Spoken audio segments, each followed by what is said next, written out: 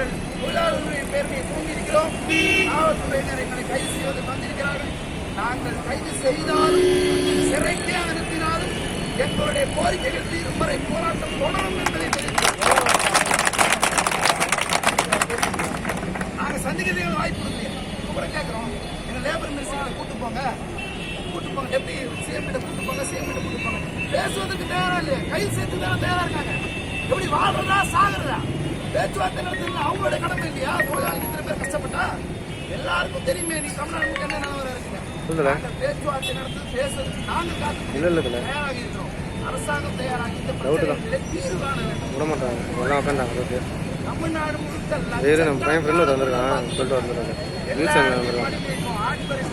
சரி வேலையை முடிச்சு போக முடியாது.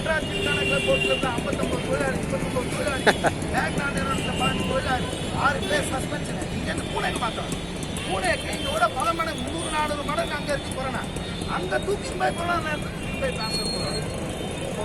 உரிமைகள் தொழிலாளர்கள் பணிக்கு நடந்த தொழிலாளர்கள் தமிழர்கள் தீர்வு காணப்படும் நடத்தும் கைதாகும்